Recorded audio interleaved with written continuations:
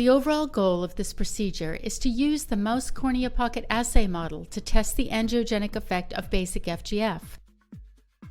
This is accomplished by making a pocket in the mouse cornea and inserting a basic FGF pellet into the pocket.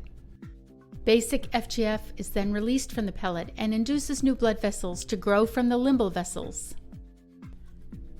Ultimately, this protocol can produce robust new blood vessel growth from the limbal vessels towards the basic FGF pellet. Hi, I'm Zhongshu Tang from Dr. Xuri's lab in National Eye Institute, NIH. The main advantage of this model is it's a relatively simple model with high reproducibility. Another advantage is since the normal cornea lacks blood vessels, the background is very long.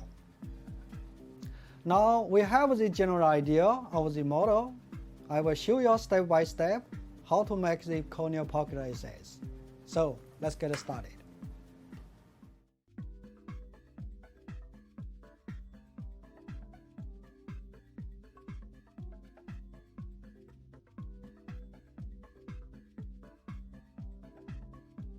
To prepare for this procedure, make the following solutions: 10% weight by volume sucralfate in PBS, 12% weight by volume polyhema in ethanol, and 1 gram per microliter basic FGF. The basic FGF must be stored at -80 degrees Celsius, but the other two solutions can be stored at room temperature. To make 50 angiogenic factor pellets, combine 5 microliters of polyhema solution, 1 microliter of